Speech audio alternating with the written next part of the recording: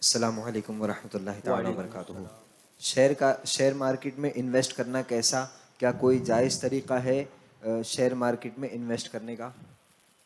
Share बाज़ार या share market में कीमत लगाना, पैसे लगाना, इन्वेस्ट करना, इससे मुताल्लिक सवाल है।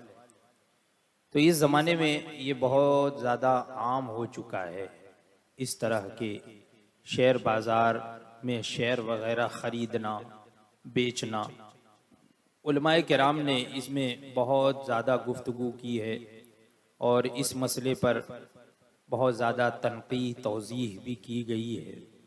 बहरहाल मुख्तसरन मैं ये अर्ज़ कर दूँ कि शेयर कहते हैं हिस्से को, तो शेयर ये हिस्से को कहा जाता है। यानी किसी भी कंपनी का जब आप शेयर खरीदेंगे, यानी उसका हिस्सा आपने खरीदा, तो आप शेयर होल्डर हो गए, यानी उसमें हिस्सेदारी आपकी हो गई। भले ही 1 रुपए की सही, लेकिन हिस्सेदारी हो गई। आप शेयर होल्डर हो गए, हिस्सेदारी हो गई। मिसाल के तौर पे जैसे कि कोई दुकान है, अब उस दुकान में 1000 लोग शरीक हो जाए, शिरकत कर ले, तो कर सकते हैं।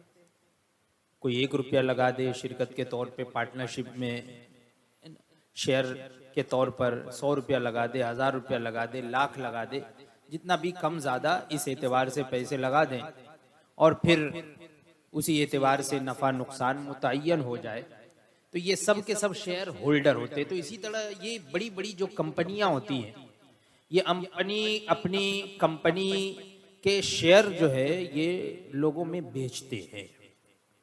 अब शेयर की भी बहुत सारी किस्में हैं। इनमें जो 2 शेयर जो है ये बहुत ज़्यादा आम है, बहुत ज़्यादा मशहूर है। एक जो शेयर है जिसे इक्विटी शेयर कहा जाता है, यानी ये मुसावाती हिस्स, यानी उर्दू में अगर कहा जाए तो इसे मुसावाती हिस्स कहा जाता है। यानी ये जो हिस्से होते हैं, ये जो शिरकत होती है, नफ़ा नुकसान हर एक में शरीक होता है। जिसने भी उसमें शेयर लिया है, जो शेयर होल्डर है, अगर इक्विटी शेयर लिया है तो नफ़ा नुकसान हर एक में वो शरीक होता है कि नुकसान हुआ तो उतना परसेंट इसका भी नुकसान आएगा, नफ़ा हुआ तो इतना परसेंट उसका भी नफ़ा आएगा। तो ये जो सूरत है ये तो जायज़ है, लेकिन साथ ही साथ जो अक्सर अक्सर बल्कि मैं ये समझता हूं कि सभी होंगी, बहुत ही कम ऐसे होंगी, मुझे मेरे इल्म में नहीं है कि कोई कंपनी ऐसी भी हो। अक्सर जो कंपनियां हैं उनमें एक और शेयर जो लोगों में बेचा जाता है वो है प्रीफरेंस शेयर। और प्रीफरेंस शेयर जो होता है उसका मामला ऐसा होता है कि जो बड़े बड़े सरमायादार होते हैं, अंबानी हो गया और अडानी हो गए, ऐसे बड़े बड़े जो सरमायादार होते हैं, अरबपति करोड़पति लोग, तो उन लोगों को ये शेयर यानी कंपनी जो है वो अपनी बका के लिए, अपनी हिफाजत के लिए, ताकि ये कंपनी डूबे ना, उनको बड़ा बड़ा शेयर देते हैं, बड़ी हिस्सेदारी देते हैं। और साथ ही में जो प्रेफरेंस शेयर्स होते हैं तो उसमें ऐसा होता है कि नफा तो उनको दिया जाता है, लेकिन कोशिश की जाती है कि उनका नुकसान ना हो।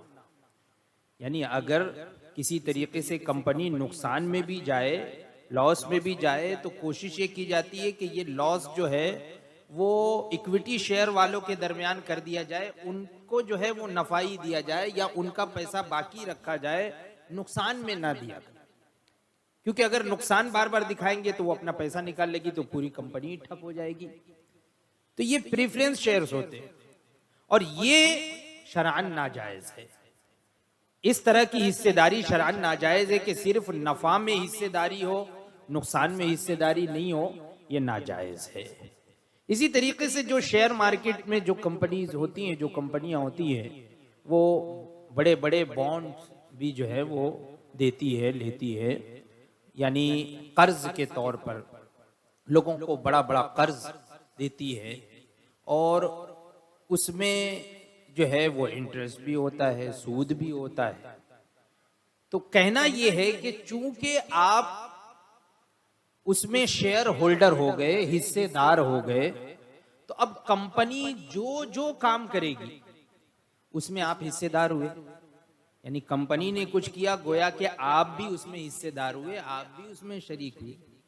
अब कंपनी जो है वो सूदी कारोबार कर रही है, आप भी उसमें शेयर होल्डर हैं तो आप भी उसमें शरीक हुए, सूदी कारोबार में भी शरीक हुए।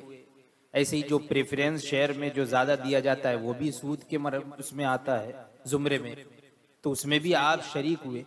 लिहाजा उलमाए किराम फरमाते हैं कि अगर कोई कंपनी है जिसमें जो है अगर सिर्फ इक्विटी शेयर्स ही होते हैं, इसके अलावा और कुछ सूदी कारोबार वगैरह कुछ भी नहीं होता, तो उसमें हिस्सेदारी ली जा सकती है, शिरकत की जा सकती है, वरना शिरकत नहीं की जा सकती है। और इस जमाने में तो आप हजरात बखूबी जानते हैं, वाकई हमारे पीरो मुर्शिद सरकार हुजूर ताजुश शरिया अली रहमत व रिजवान, बरसों पहले हजरत से सवाल किया गया। उस वक्त ये शेयर मार्केट उतना उरूज पे नहीं था, लेकिन हजरत की नजर किस तरह काम करती। हजरत ने एक मुख्तसरन जवाब दिया। मुख्तसरन जवाब दिया, कैसा जामे जवाब। हजरत ने इरशाद फरमाया, आपने जवाब में इरशाद फरमाया कि ये जो शेयर मार्केट में जो शेयर वगैरह लेन देन, इसका लेना बेचना, रोजाना खरीद कर भी बेचते हैं या खरीद कर रख लेते हैं, और इस तरीके से ये सब करना, तो आपने इरशाद फरमाया कि ये भी जुए की तरह है।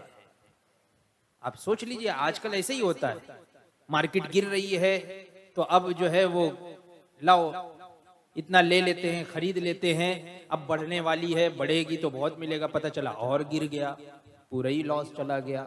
ऐसा होता है। या ऊपर जा रही है, लोगों ने जल्दी जल्दी खरीदना शुरू किया कि ऊपर है अभी और ऊपर जाएगी, पता चला फिर नीचे ही चला गया। तो ये एक जुए की शक्ल है। यानी जुआ जैसे लगाया जाता है कि हाँ फलां जीतेगा, फलां हारेगा, इसमें पैसा लगा दिया और उसमें जो है तो ये हराम है। तो ये भी एक जुए की सूरत है, हुजूर ताजुश शरिया ने फरमाया बहुत पहले। तो ये हजरत की नजर आज के जमाने में वाकई ये जो ट्रेड मार्केटिंग जो हो रही है, ट्रेडिंग वगैरह जो होती है, फॉरेक्स ट्रेडिंग और दूसरी जो ट्रेडिंग चल रही है, और जो बिटकॉइंस वगैरह आ गए हैं, ये सब वही जुए की शक्ल है। और इसमें यही होता है कि भाई कौन सा शेयर ऊपर जाने वाला है उसमें पैसा लगा दो, कौन सा नीचे जाने वाला है उसमें लगा दो। तो इस तरह से ये समझ लो कि ये जुए की भी एक शक्ल है। लिहाजा मुसलमानों को चाहिए कि जायज़ तरीका अपने कारोबार के लिए अपनाए, अपने रिस्क हासिल करने के लिए जायज़ तरीके से अगर रिस्क हासिल करेगा तो कम ही सही अल्लाह तबारक व तआला उसमें बरकत अता फरमाएगा। और ये अगरचे ज़्यादा नज़र आए लेकिन इसमें बेबरकती ही होगी। यानी आपको नजर आए कि इतना इतना रोजाना प्रॉफिट होता है लेकिन उसमें बरकत हरगिज नहीं होती है। और फिर कभी कभी ऐसा होता है कि ठीक है आ रहा है, फिर आदमी उसी में चलो और लगा लो, और ज्यादा लगाओ, और ज्यादा लगाओ, इतना प्रॉफिट हो रहा है, फिर एक साथ जो है वो करोड़ों ऐसे बहुत से बड़े बड़े जो है वो इसी में डूब गए, इसी शेयर मार्केट और फॉरेक्स ट्रेडिंग वगैरह में। तो इसलिए इन चीज़ों से बचना चाहिए। जो जायज़ तरीका है बेचने का, खरीदने का। दूसरी बात यह है कि जो चीज़ हम खरीद रहे हैं वो सामने होती नहीं है, मबी सामने नहीं है। जैसे कि हमने कोई दुकान से सामान खरीदा तो वो सामने होना चाहिए। यहाँ पर हमें मालूम ही नहीं है कि हमने क्या चीज़ खरीदा, किस चीज़ में हमारी हम शेयर होल्डर हैं, ये सब चीज़ें भी मजहूल होती हैं। तो मबी भी मजहूल है, इसलिए ये बे फासिद भी है। लिहाजा इससे बचना चाहिए और मुसलमानों को चाहिए कि जायज़ तरीके से कारोबार करें।